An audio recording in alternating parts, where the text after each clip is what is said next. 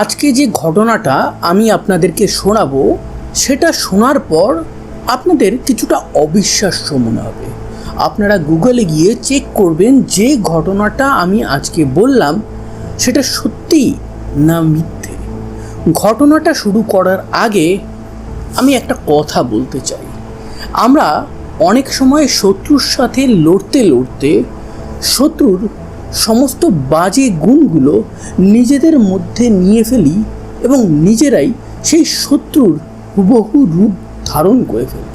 Italy, তার একটা ছোট্ট শহর, 3 অক্টোবর 1940। গুসেপি সন্ধেবেলা ঠিক 7টার সময় বাড়িতে আসে। সে একটু আগেই তার বন্ধুদের সাথে আড্ডা মেরে গল্প করে ঘরে এসেছিল। মোটামুটি ঠান্ডা পড়েছে সেই সময়। এই কারণে সে গিয়ে যেই না নিজের ঘরে ড্রেসটা চেঞ্জ করবে অমনি তার মা লিও তাকে ডেকে বলে, তুমি ড্রেস খোলো অ্যান্ড বাথরুমে যাও। এই কথাটা শুনে গুসেপি একটু অবাক হয়ে যায়। সে বলে যে আমি তো সকালবেলাতেই স্নান করেছি, এখন ঠান্ডা অলরেডি পড়তে শুরু করেছে, তো আমি এই সময় জামা কাপড় খুলে কেন বাথরুমে যাব? তখন গুসেপির মা লিও বলে যে আমি বাথরুমে জল গরম করে রেখে এসেছি, তুমি কোনো কথা না বাড়িয়ে চুপচাপ বাথরুমে গিয়ে বাথটবে বসো, আমি আজকে তোমাকে স্নান করিয়ে দেবো। গুসেপি জামা খুলে সে চুপচাপ বাথটবের দিকে এগোয়। তখন তার মা তাকে বলে যে আমি শুধু জামা খুলতে বলিনি, আমি শরীরের যত ড্রেস আছে সবটা খুলে তোমাকে বাথটবে যেতে বলেছি। এটা শুনে গুসেপি একটু ইতস্তত বোধ করে, কিন্তু যেহেতু তার মা বলছে সেহেতু সে এই জিনিসটা করে। গুসেপির বয়স কিন্তু তখন 19 বছর। গুসেপি বাথটবে গিয়ে বসে। তার মা তাকে বলে আজকে আমি তোমাকে স্নান করিয়ে দেবো। গুসেপি কিছু বুঝতে না পারলেও তার মা যা বলছিল তাতেই সে মাথা নাড়াচ্ছিল। এরপর তার মা সাবান নিয়ে আসে, সাবান দিয়ে তাকে ভালো করে স্নান করাতে থাকে।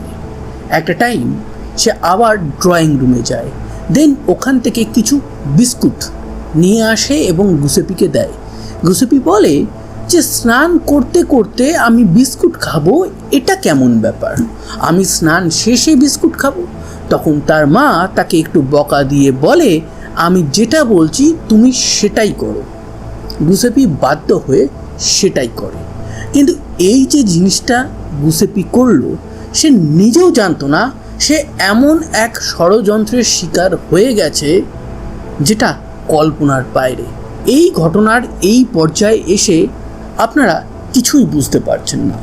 আপনারা হয়তো ভাবছেন যে এক পাগল মায়ের অবলা সন্তান, এর থেকে বেশি কিছু না। কিন্তু এই ঘটনার পুরো স্টোরি জানতে গেলে আপনাদের আরও অনেকগুলো বছর পিছনে যেতে হবে। 1875 ইটালির একটা শহর, এবং সেই শহরে ধনী পরিবারে সেদিন বেশ আনন্দের দিন।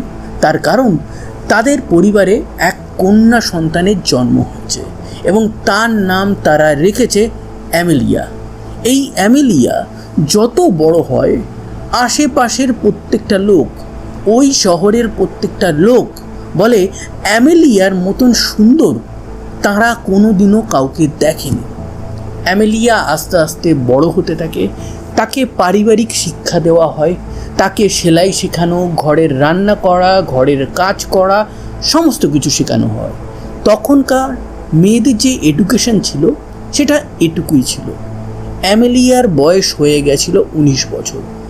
আস্তে আস্তে ওই শহরে যত বড়লোক ফ্যামিলি আছে তারা সবাই সম্বন্ধ পাঠাতে শুরু করেছিল। অ্যামেলির ফ্যামিলি অ্যামেলির জন্য বেটার কাউকে খোঁজার চেষ্টা করছিল। তারা একজনকে খুঁজে পায় যার বয়স 21 বছর।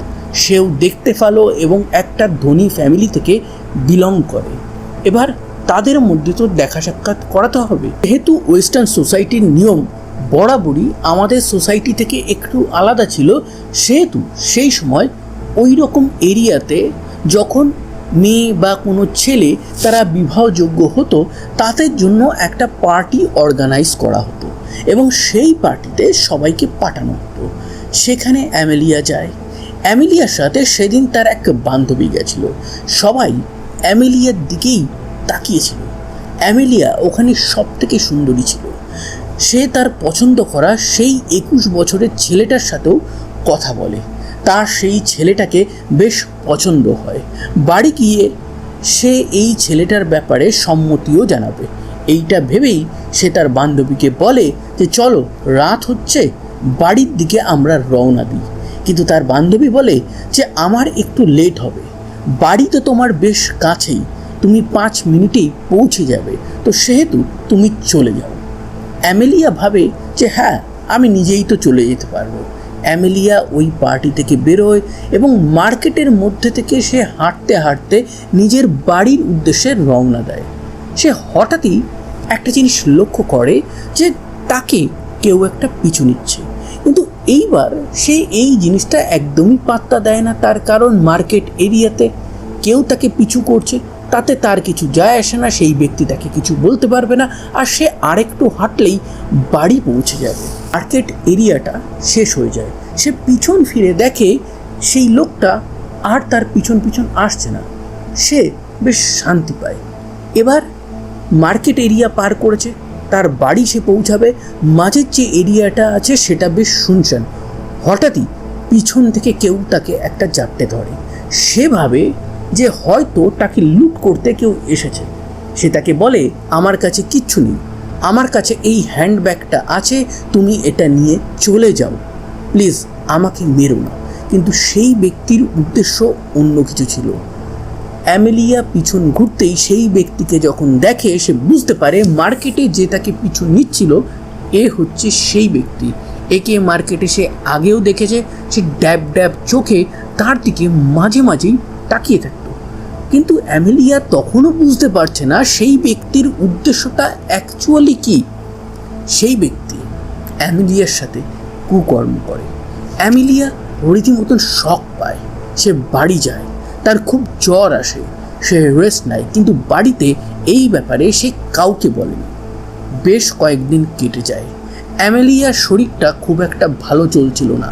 নিজের রুম থেকে মোটেও বেরোচ্ছিল না।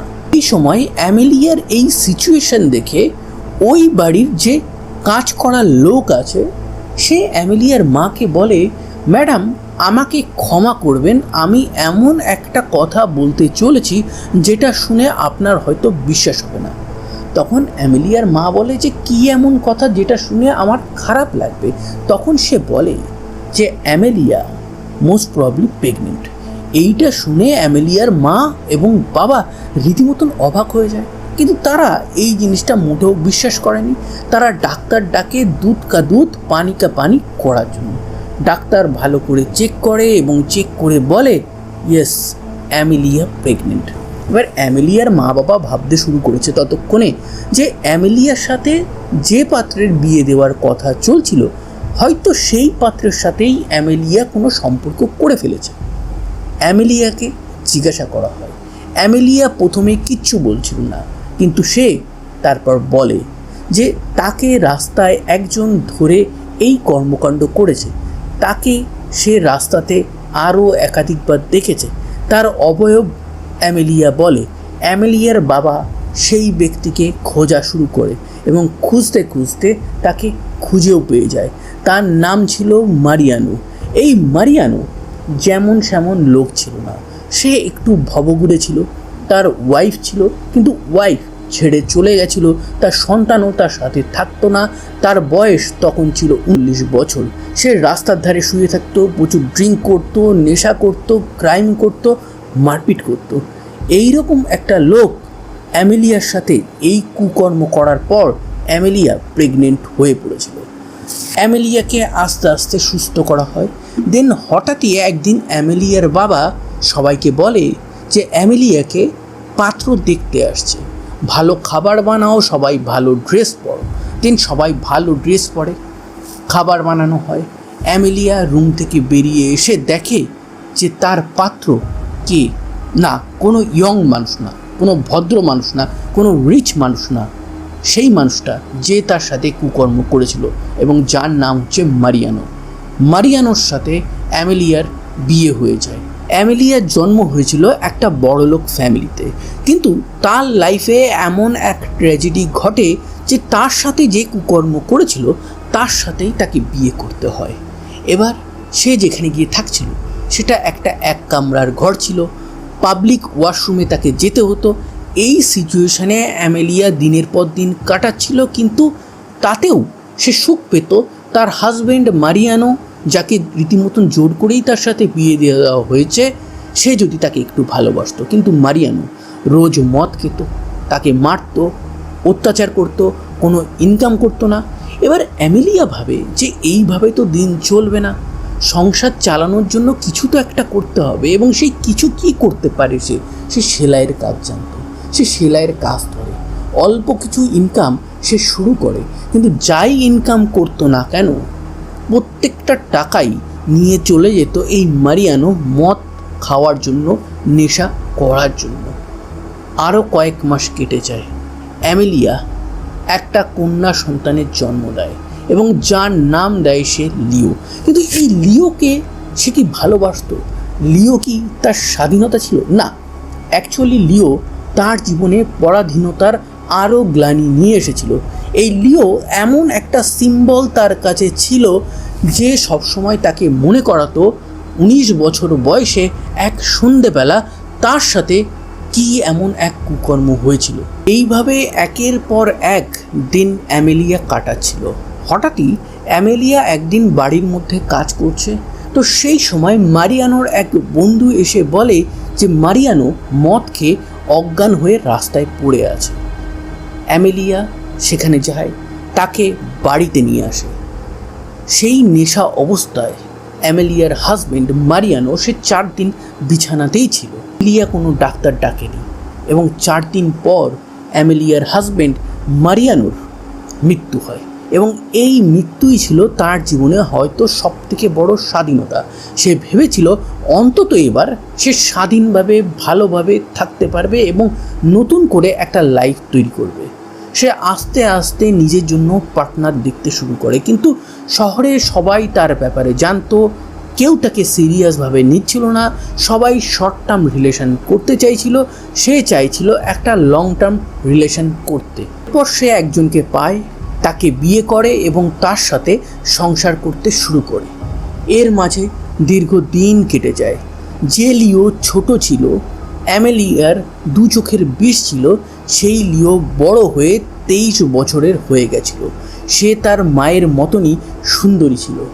এবার সবসময় অ্যামেলিয়া একটা জিনিস লিওকে বোঝাতো যে যাকেই বিয়ে করো না কেন সে যেন পয়সা কড়িওয়ালা হয়। এখানে অ্যামেলিয়া একটু স্বার্থপর ছিল, তার কারণ সে ভাবছিল যে তার মেয়ের যদি একটা বড়লোক বাড়িতে বিয়ে হয়ে যায় তাহলে সেও সুখে শান্তিতে থাকতে পারবে। তো হয়ে গেছিল, সে প্রেম করা স্টার্ট করে এবং যার সাথে সে প্রেম করা স্টার্ট করে সেই মানুষটা খুব ভালো ছিল, ভদ্র ছিল, কিন্তু একটাই প্রবলেম ছিল, সে বড় লোক ছিল না। সে সামান্য মাইনের একটা ক্লার্কের চাকরি করত এবং তার নাম ছিল রাফেল। ও একদিন তার মায়ের কাছে রাফেলকে নিয়ে আসে এবং ইন্ট্রোডিউস করায়। তখন অ্যামেলিয়া রীতিমতন রেগে যায়। সে লিওকে বলে যে আমি তোমাকে বলেছিলাম কোনো বড়লোক পাত্র দেখতে, তুমি এক ক্লার্ককে ধরে নিয়ে এসেছো, তোমার লাইফটা পুরো নষ্ট হয়ে যাবে। তখন লিও বলে আমি জানতাম মা তুমি এরকম করবে, এই কারণে আমি অলরেডি ব্যাগপত্র গুছিয়ে নিয়েছি, আমি চললাম রাফেলের সাথে সংসার করতে। সে ব্যাগপত্র গুছিয়ে নিয়ে রাফেলের সাথে বেরিয়ে গেছে এবং দরজা থেকে বেরিয়ে যেই না উঠোনে পৌঁছেছে সে, অমনি অ্যামেলিয়া পিছন থেকে বলে যে আমি যে ভুলটা করেছিলাম সেই ভুলটা তুমি করলে, আমি তোমাকে অভিশাপ দিলাম, তুমি কোনো দিনও সুখে থাকবে না, তুমি মৃত্যুর জন্য ওয়েট করে থাকবে, তুমি কখনো খুশি হতে পারবে না। এক মা তার মেয়েকে এই অভিশাপ দিচ্ছিল। লিও এটা শুনে ভেঙে পড়লেও সে ওই শহর থেকেই মুভ আউট করে যায় রাফেলের সাথে। পাল্টা চলে আসে 1922। জন্ম হয় লিওর কোলে গুসেপির। এই গুসেপিকে সে প্রচণ্ড ভালোবাসত। দিন তার বাড়ির সামনে এক ফরচুন টেলার আসে। তাকে যখন লিও হাত দেখায় তখন সে বলে যে তুমি তোমার সন্তানকে খুব ভালো রাখো, খুব নজর রাখো, খুব সুখে শান্তিতে রাখো। এবং এই জিনিসটা শোনার পর লিও গুসেপিকে খুব ভালোবাসত, খুব সুন্দর করে রাখত। তার জীবনে আস্তে আস্তে সুখ আসছিল। তার মায়ের যে অভিশাপ সেটা ফলছিল না, সেটা ব্যর্থ যাচ্ছিল। লিও প্রেগনেন্ট হয়, কিন্তু তার সন্তানের মৃত্যু হয়ে যায়। তারপর লিও আবারও প্রেগনেন্ট হয়, কিন্তু এবারও তার সন্তানের মৃত্যু হয়। লিও আবারও প্রেগনেন্ট হয়, কিন্তু এবারও তার সন্তানের মৃত্যু হয়। তিনটে মৃত্যুর পর লিও ভেঙে পড়েছিল। সব সময় তার মায়ের অভিশাপের কথাগুলোই মনে পড়ছিল। এরপরে সে আবার প্রেগনেন্ট হয়, আবার তার সন্তানের মৃত্যু হয়। তারপর সে আবার প্রেগনেন্ট হয়, দেন আবার তার সন্তানের মৃত্যু হয়। এরপর সে আবার প্রেগনেন্ট হয়, আবার তার সন্তানের মৃত্যু হয়। ছটা মৃত্যু দেখার পর লিও ভাবছিল যে তার জীবনে হয়তো হ্যাপিনেস কোনো দিনই আসবে না তার মায়ের অভিশাপের জন্য। কিন্তু এটা কি সত্যি? না। এরপর লিও আরও 2 ছেলের জন্ম দেয় এবং একটা মেয়েরও জন্ম দেয়। তো এই 4 সন্তানকে নিয়ে লিও রাফেলের সাথে একটা সুখের সংসার করছিল। কিন্তু কথায় আছে না, সুখ বেশিক্ষণ ওয়েট করে না, সুখের পরেই দুঃখ আসে। তো লিওর জীবনে আবার দুঃখ কড়া নাড়তে চলেছিল। 1930 সাল হঠাৎই একটা ভূমিকম্প হয় ইটালির সেই শহরে, এবং সেই শহরে প্রত্যেকটা বাড়ি নষ্ট হয়ে যায়। লিও আর রাফেলের বাড়িটাও একদম ধ্বংস হয়ে যায়। তারা ওই শহর ছেড়ে অন্য এক শহরে চলে যায়। এই সমস্ত কিছু দেখে লিও ভাবছিল তার মা অ্যামেলিয়া যা বলেছিল যে তুমি যখনই সুখে থাকবে তোমার সুখটা দীর্ঘস্থায়ী হবে না, সেই জিনিসটাই কোথাও না কোথাও অক্ষরে না অক্ষরে ভুলে যাচ্ছে। লিও আর রাফেল তার 4 সন্তান তারা অন্য শহরে যায়। কিন্তু সেই অন্য শহরে যাওয়ার পর সবাই যখন জানতে পারে যে এদের বাড়ি ঘর সব ভূমিকম্পে নষ্ট হয়ে গেছে, তাদেরকে একটা নতুন বাড়ি দেওয়া হয়। রাফেলকে একটা ভালো অঙ্কের মাইনের চাকরি দেওয়া হয়। আবার একটা হ্যাপি লাইফ লিও শুরু করে। এর বাড়ির নিচে একটা ফাঁকা ঘর ছিল। সেই ঘরটা ফাঁকা আছে দেখে লিও ভাবে আমি তো এখানে এক্সট্রা ইনকামের জন্য কিছু করতে পারি। তো সে সাবান বানাতে পারতো, সেলাই করতে পারতো, বিস্কুট বানাতে পারতো। তো সে সাবান বানানো এবং বিস্কুটের বেকারি শুরু করে। আস্তে আস্তে সবাই আসতে থাকে, তার কাছ থেকে কিনতে থাকে, তার পরিচয় বাড়তে থাকে। তার সাবান সবাই নিতে থাকে, তার বিস্কুট সবাই নিতে থাকে। কিন্তু আরও একটা কারণ ছিল যে ওই শহরের প্রত্যেক নারী তার কাছে যেত। কেন? ততদিনে লিও ফরচুন টেলিং মানে ভবিষ্যৎ দেখা বা হাত দেখা সেটা শুরু করেছিল, এবং তার বলা অনেক কথা এক এক করে ফলতেও থাকে। তো ওই শহরে তার বেশ প্রসিদ্ধি কিন্তু হয়ে গেছিল। এর মাঝে লিও আবার দেখে যে তার ছেলে গুসেপি সে হঠাৎই একদম সাইলেন্ট হয়ে গেছে, কারোর সাথে তেমন মেশে না, কারোর সাথে তেমন কথা বলে না। এটা দেখে লিও আবার চিন্তিত হয়ে পড়ে। এর কয়েকদিন পর বাড়িতে একটা লেটার আসে, এবং সেই লেটারটা যখন লিও খুলে দেখে সেখানে লেখা ছিল যে তার বড় ছেলে গুসেপি সে ওয়ার্ল্ড ওয়ার 2-তে লড়তে যাচ্ছে। এইটা দেখে রীতিমতো লিও পাগল হয়ে যায় এবং তার ছেলে গুসেপিকে মারতে থাকে এবং বোঝাতে থাকে যে ওয়ার্ল্ড ওয়ার 1-এ কত মানুষ মারা গেছে, তুমি কেন ওয়ার্ল্ড ওয়ার 2-তে যাবে? তুমি মোটেও যাবে না। তখন তার আবার তার মায়ের অভিশাপের কথা মনে পড়তে শুরু করে যে যেই না সুখ আসবে অমনি তোমাকে দুঃখ এসে ঘিরে ধরবে। এই কথাগুলো যেন আবারও অক্ষরের অক্ষরে ভুলে যাচ্ছে। একদিন লিওর দোকানে এক নারী আসে যার নাম হচ্ছে ফস্টিনা। এই ফস্টিনা এসে বলে আর বয়স 50 বছর হয়ে গেছে, আমি কখনো কারোর সাথে প্রেম ভালোবাসা মহব্বত কিচ্ছু করিনি, আমি এই বয়সে এসে বিয়ে করতে চাই। কিন্তু তখন লিও বলে যে এই বয়সে এসে বিয়ে করা নিয়ার অ্যাবাউট ইম্পসিবল, তুমি ওই আশা ছেড়ে দাও। কিন্তু ফস্টিনা বলে যে তুমি ইচ্ছা করলেই আমার হেল্প করতে পারবে, তুমি বাদ বাকিদের যখন হেল্প করতে পেরেছো আমার হেল্প কেন করতে পারবে না? তখন লিও ভাবে যে হ্যাঁ, আমি যদি এর হেল্প করতে পারি তো হেল্প করেই দেখি না। তার বিয়ের শখ হয়েছে, সে বিয়ে করুক, তার জ্বালা মেটাক। সে ফস্টিনাকে বলে যে তুমি 3 দিন পর আসবে। 3 দিন পর যখন ফস্টিনা আসে তখন লিও তাকে বলে যে এখান থেকে অনেক দূরে একটা শহর আছে, এই শহরে মার্ক বলে এক ব্যক্তি আছে যার কাছে অনেক পয়সা আছে, যার আগে বিয়েও হয়ে গেছিলো কিন্তু এখন ডিভোর্স হয়ে গেছে, সে আবার বিয়ে করতে চাইছে, সে তোমাকে পছন্দ করেছে, তো তুমি সেখানে যাও, সেখান থেকে আমাকে লেটার পাঠিও। এবার ফস্টিনা যেদিন সেখানে যাবে, যেদিন নতুন লাইফ শুরু করবে, সেই দিন সে লাস্টবার দেখা করতে আসে লিওর সাথে। তারা দুজনে একসাথে হালকা সালকা একটু পার্টি করে, দেন ফস্টিনা বেরিয়ে যায়। ফস্টিনা চলে যাওয়ার কয়েক সপ্তাহ পর সে চিঠি পাঠায় লিওকে, বলে যে সত্যি সত্যি মার্ক খুব বড় লোক, সে খুব ভালো মানুষ, সে আমাকে মেনে নিয়েছে, আমি খুব happy, thank you so much Leo. এইটা সে সবাইকে দেখায়। সবাই ভাবে যে যাই হোক, লিওর এত ক্ষমতা যে একজন 50 বছরের মহিলাকেও সে বিয়ে দিয়ে দিতে পারে এক বড়লোক ফ্যামিলিতে। ওয়াও, ক্যা বাত! জলবা সারা শহরে ছড়িয়ে পড়ে। এর কয়েকদিন পর যখন সবাই জেনে গেছে যে লিওর এরকম ক্ষমতা আছে, তখন সবি বলে এক নারী যার বয়স 40 সে তার কাছে আসে। সে এসে বলে, আমি আগে টিচার ছিলাম কিন্তু রিসেন্টলি আমার জবটা চলে গেছে, আমার হাজব্যান্ড সে অসুস্থ ছিল, তাকে আমি দেখছিলাম কিন্তু তারও হঠাৎ করে মৃত্যু হয়, তো আমার একটা জব লাগবে, কোথায় গেলে আমি কি করতে পারি? তখন লিও এই সমস্ত কিছু শুনে তাকে বলে যে তুমি কয়েকদিন পরে আসো, তোমার একটা ব্যবস্থা আমি করছি। কয়েকদিন পর যখন ছবি আসে তখন লিও বলে যে তোমার একটা টিচারের চাকরি মিলানে হয়ে গেছে, তোমাকে মিলান যেতে হবে, সেখানকার এক সিক্রেট স্কুল যেখানে বড়লোকদের ছেলেমেয়েরা পড়ে, সেখানে তোমাকে টিচার হিসাবে কাজ করতে হবে। চারটেখানিক ব্যাপার না। খুব খুশি হয়ে যায় ছবি। এবার ছবি যেদিন লাস্ট ওই শহর ছাড়বে সেদিন সে লিওর সাথে দেখা করে, অ্যান্ড লিও তার সাথে একটু পার্টি করে, দেন যে যার পথে চলে যায়। এরও বেশ কয়েকদিন পর ছবি লেটার পাঠায়। সে বলে যে আমি টিচারের চাকরি পেয়ে গেছি, আমি খুব হ্যাপি আছি, আমার মাইনেও অনেক, থ্যাংক ইউ সো মাচ লিও। এই খবরটাও সারা শহরে ছড়িয়ে পড়ে, সবাই লিওর প্রশংসা করতে থাকে। এরও কয়েকদিন পর আরও এক নারী যার নাম হচ্ছে ভার্জিনিয়া, সে চলে আসে লিওর কাছে। লিওকে এসে বলে যে আগে আমি গান গাইতাম কিন্তু আস্তে আস্তে আমার টাইম ফুরিয়ে গেছে, আমি আর কাজ পাই না, তো আমার একটু কাজের ব্যবস্থা করে দাও।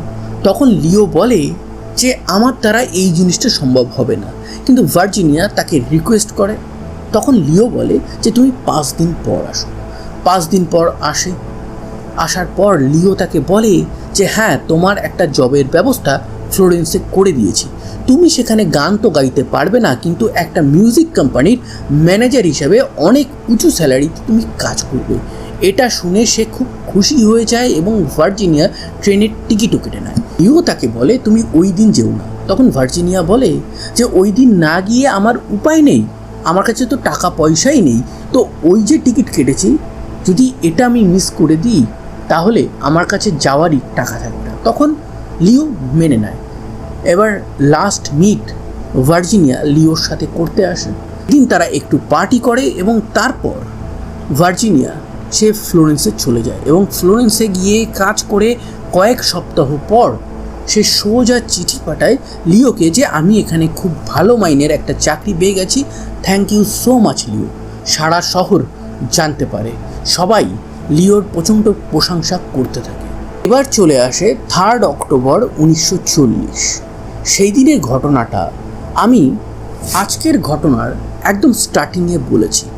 হঠাৎই লিও তার ছেলে গুসেপিকে সন্ধেবেলায় স্নান করতে বলে এবং যখন সে স্নান করছিল তখন লিও তাকে বিস্কুট দেয়। তো এই জিনিসটা সেই রাতে কেন লিও করেছিল? যেহেতু তার ছেলে ওয়ার্ল্ড ওয়ার 2-তে জয়েন করেছে, সেখানে লড়তে যাবে, সে যাতে সেফ থাকে এই কারণে সে একটা এরকম রিচুয়াল তার মন থেকেই করেছিল। হয়তো তার ছেলে এই কারণে সেফ থাকবে। অনেক মাই এই রকম অনেক কিছু করে থাকে তাদের ছেলে মেয়েদের জন্য। এবার আরও কয়েকদিন কেটে যায়, তখনও গুসেপি যুদ্ধে যায়নি, কিন্তু হঠাৎই দরজায় কেউ একটা কড়া নাড়ে। দরজা যখন খোলা হয় দেখা যায় দরজার বাইরে ইটালির পুলিশ দাঁড়িয়ে আছে। তারা এসে হঠাৎই লিওকে বলে যে ভার্জিনিয়ার ফ্যামিলি আপনার এগেনস্টে কমপ্লেন করেছে। তখন লিও বলে কেন, ও তো ফ্লোরেন্সে জব করছে। তখন বলছে না, তারা কন্ট্যাক্ট করতে পারছে না, আর উল্টো দিকে ভার্জিনিয়া কোনো রকম কোনো চিঠিও পাঠায়নি, তো তাদের মনে একটা সন্দেহ হয়েছে। তখন লিও এই ভার্জিনিয়ার নিজের হাতের লেখা একটা চিঠি পুলিশকে দেয়। পুলিশ দেখে যে হ্যাঁ সত্যি এটাই তো ভার্জিনিয়া নিজে লিখেছে, তার ফ্যামিলিও এটা কনফার্ম করে। পুলিশ ওই দিন ওখান থেকে চলে গেলেও তাদের মনে একটা সন্দেহ দানা বেঁধেছিল।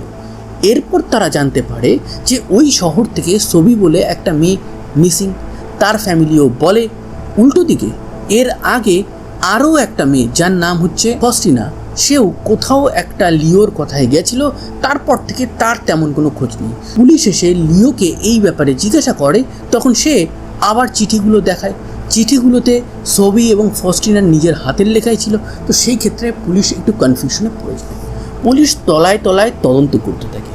আরও কয়েকদিন কেটে যায়।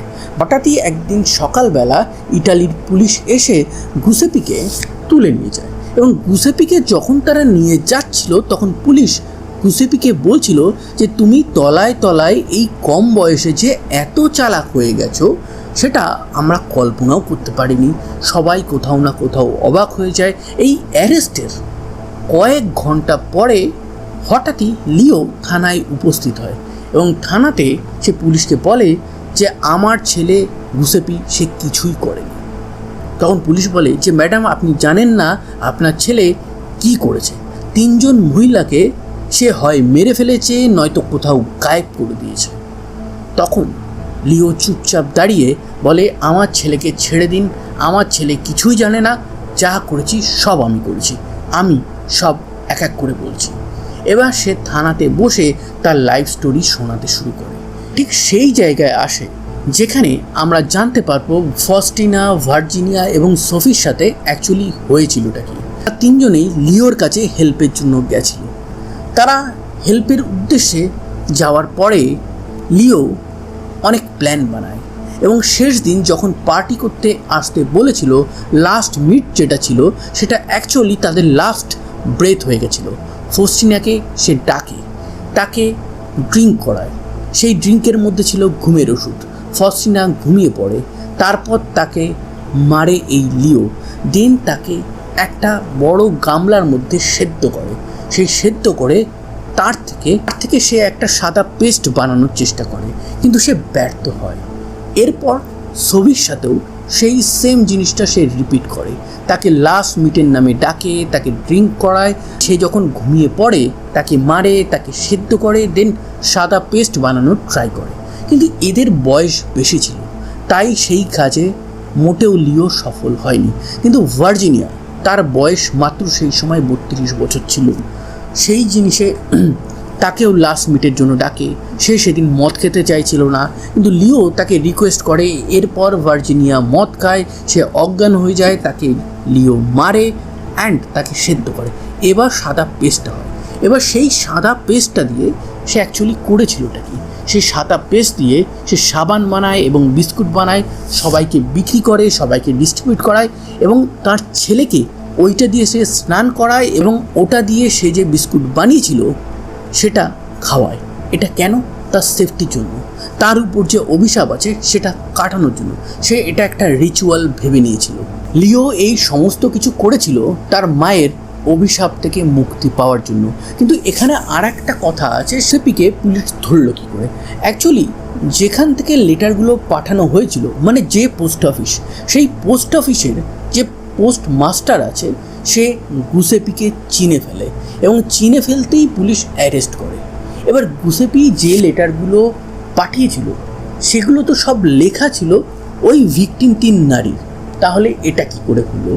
লিও বলে যে আমি এই 3 নারীকেই বলেছিলাম যে তোমরা যখন কাজে যাবে তখন তোমাদের মনের তো স্বপ্ন আছে, সেই স্বপ্নগুলো তো তোমরা ফুলফিল করবে, তো তার জন্য এখানে বসে বসে ম্যানিফেস্টেশন করো, মানে ভাবো, যেটা ভাববে সেটাই সত্যি হবে। সেই 3 জন সেটাই করে, এবং সেটাই এই লিও গুসেপিকে দেয়, এবং গুসেপি দূরের একটা পোস্ট অফিস থেকে ওটা পোস্ট করে দেয় তার বাড়ির জন্য। যদিও গুসেপি এই ব্যাপারগুলো কিছুই জানতো না, কিছুই বুঝতো না। এবার কোর্টে এই কেসটা চলে, এবং শেষমেশ লিওকে 30 বছরের সাজা দেওয়া হয়, তারপর তাকে মেন্টাল অ্যাসাইলামে পাঠিয়ে দেওয়া হয়। তার যে ছেলেপুলেরা ছিল তারা সবাই পৃথিবীর নানান প্রান্তে ছড়িয়ে পড়ে, তারা তাদের মায়ের পরিচয় ত্যাগ করে। লিওর যে হাজব্যান্ড ছিল তার মৃত্যু হয় এবং লিওর যে প্রিয় সন্তান ছিল গুসেপি, সে বিশ্বযুদ্ধে গিয়ে মারা যায়। আজকের ঘটনাটা শোনার পর আপনাদের কি মনে হচ্ছে, আপনাদের কেমন লাগলো, এবং এই রকম মিস্টেরিয়াস ঘটনা বাংলাতে আগে কোনো দিন শুনেছেন কি না একবার একটু কমেন্ট বক্সে দয়া করে বলে যাবেন। তো এই রকমই interesting real life true crime ঘটনা যদি আপনারা শুনতে চান তাহলে অবশ্যই আমার চ্যানেলটাকে সাবস্ক্রাইব করবেন। সাবধানে থাকবেন, সতর্ক থাকবেন এবং আনন্দে থাকবেন। আবার দেখা হবে নতুন কোনো এক ভেরি ইন্টারেস্টিং ট্রু ক্রাইম ঘটনার সাথে।